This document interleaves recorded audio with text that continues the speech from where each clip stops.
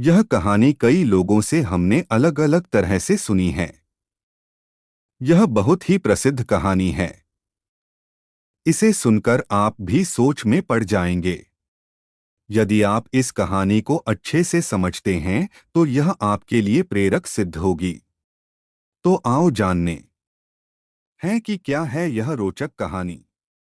दर्शन शास्त्र की एक क्लास में प्रोफेसर ने एक शीशे का जार और एक थैले में कुछ पत्थर, कंकर और रेत आदि के रखे बॉक्स को लेकर क्लास में प्रवेश किया और क्लास शुरू हुई।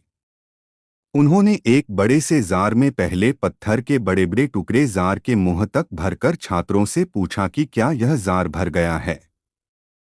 छात्रों ने जार को ध्यान से देखा और कहा कि हाँ सर, अब यह जार भर चुका है। फिर प्रोफेसर ने समझाना शुरू किया और कहा कि इसके माध्यम से ये समझें कि आपकी जिंदगी में जो आपका परिवार, पत्नी, बच्चे और आपकी सेहत है वह बड़े बड़े पत्थरों की तरह है। परिवार और सेहत के लिए ही हम सब कुछ करते हैं। ये ऐसी चीजें हैं कि अगर आपकी बाकी सारी चीजें खो भी जाएं और सिर्फ ये रहे तो भी आपकी जिंदगी पूर्ण रहेगी। अब ये जो छोटे छोटे कंकड़ है यह आपकी नौकरी, आपका व्यापार और आपका घर या बैंक बैलेंस है।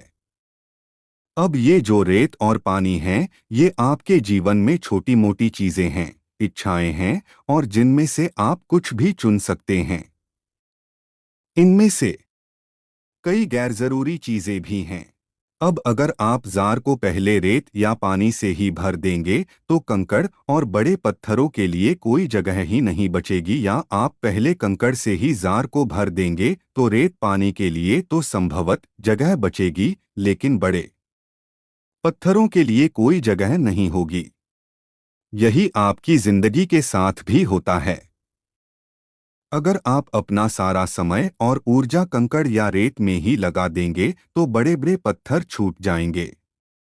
कहने का मतलब यह कि जीवन में जरूरी क्या है यह आपको तय करना होगा। सारा समय और ऊर्जा छोटी छोटी चीजों में लगा देंगे तो आपके पास कभी उन चीजों के लिए समय नहीं होगा जो आपके लिए इम्पोर्टेंट हैं। आप किसके लिए कार्य कर रहे हैं और किसके लिए छोटी छोटी इच्छाओं को बंटोर रहे हैं। कार्य पर जाने के लिए, घर साफ करने के लिए, पार्टी करने के लिए या यात्रा करने के लिए आपके पास हमेशा वक्त रहेगा, परंतु परिवार और सेहत पर ध्यान नहीं दिया तो किसके लिए यह सब करेंगे। प्राचीन कहावत है कि पहला सुख निरोगी काया, दूसरा सुख जेब में माया।